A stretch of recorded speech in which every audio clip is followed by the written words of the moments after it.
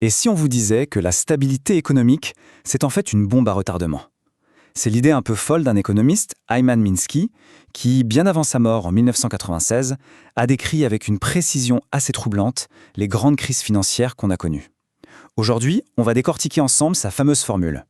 Voilà, tout est dit dans cette phrase. En gros, quand tout semble aller pour le mieux, c'est précisément là qu'il faut commencer à s'inquiéter. C'est ça le cœur de la pensée de Minsky.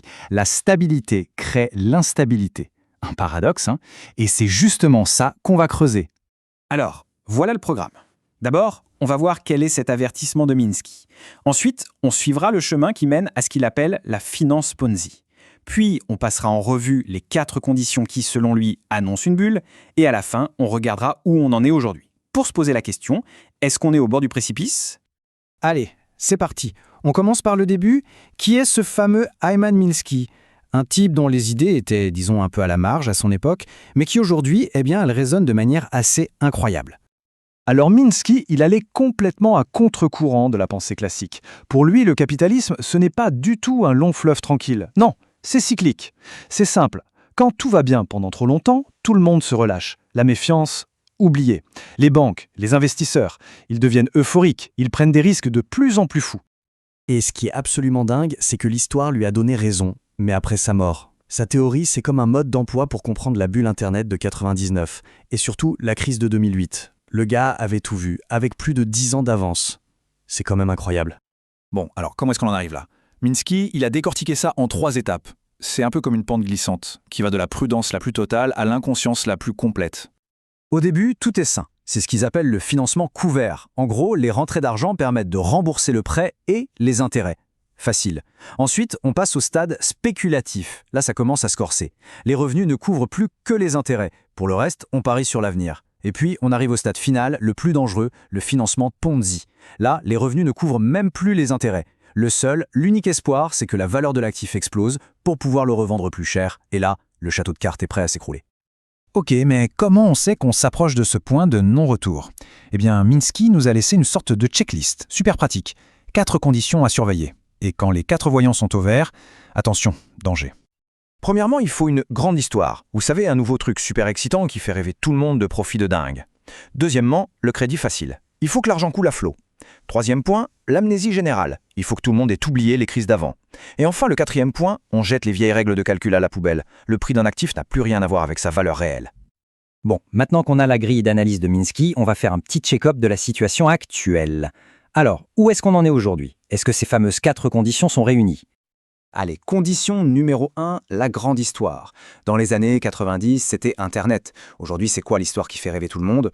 L'intelligence artificielle, bien sûr. La révolution qui va tout changer, qui attire des milliards. Bon, on peut dire que la première case est cochée, non? On passe à la deuxième condition, le crédit facile. Est-ce que l'argent est facile à trouver en ce moment? Est-ce qu'il coule à flot? Regardons un peu les chiffres. Alors, tenez-vous bien, 77 000 milliards de dollars. C'est la dette mondiale non financière. Ça inclut les États, les entreprises, les ménages. C'est un véritable océan de dette qui submerge l'économie. Et pour donner un exemple concret, la dette du gouvernement américain, c'est 258% de ce que le pays produit en un an. C'est un record historique. Donc, le crédit facile, difficile de dire le contraire, on peut cocher la deuxième case. Troisième condition, l'oubli du passé. Est-ce qu'on a déjà oublié 2008 ou même 1999? Franchement, quand on voit l'enthousiasme, pour ne pas dire l'euphorie sur certains marchés, on a l'impression que la prudence s'est complètement passée de mode. Et on en arrive au 4e et dernier point, peut-être le plus important. Est-ce que les prix ont encore un sens? Quand on voit des boîtes dans l'IA dont la valeur en bourse atteint des sommets, alors qu'elles ne font pas un centime de bénéfice, on est en droit de se demander si la spéculation n'a pas complètement remplacé la logique. Ce graphique, il est très parlant. C'est un indicateur qui s'appelle le ratio de Shiller. En gros, il mesure si les actions sont chères par rapport aux bénéfices réels des entreprises. Et regardez où on en est aujourd'hui. On est presque au même niveau qu'au sommet de la bulle Internet, juste avant que tout s'effondre. Ça donne un peu le vertige.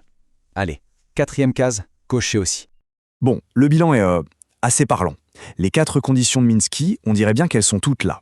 Alors la question qui tue, est-ce qu'on est sur le point de tomber dans le vide? Si on suit la logique de Minsky, le diagnostic est sans appel. Le système est devenu très, très fragile. C'est comme si les fondations de notre édifice économique étaient rongées par la prise de risque. Le château de cartes est bien en place. Mais attention, il faut nuancer un peu. Pour l'instant, la fête continue. Pour que tout s'écroule, il manque ce que Minsky appelle le déclencheur, l'étincelle qui met le feu aux poudres. Un mouvement de panique, des ventes forcées, tout ça on ne le voit pas encore. Donc la musique joue toujours, mais disons qu'on danse sur une couche de glace très très fine. Du coup, la question finale reste entière. Est-ce que cette accumulation de risques va forcément nous mener à un nouveau crash? Ou est-ce que, comme on l'entend souvent, cette fois-ci, c'est différent? Ce qui est sûr, c'est que la formule de Minsky n'est pas une boule de cristal, elle ne prédit pas l'avenir. Par contre, elle nous donne une sorte de carte des zones de danger, et c'est à chacun de voir comment l'interpréter.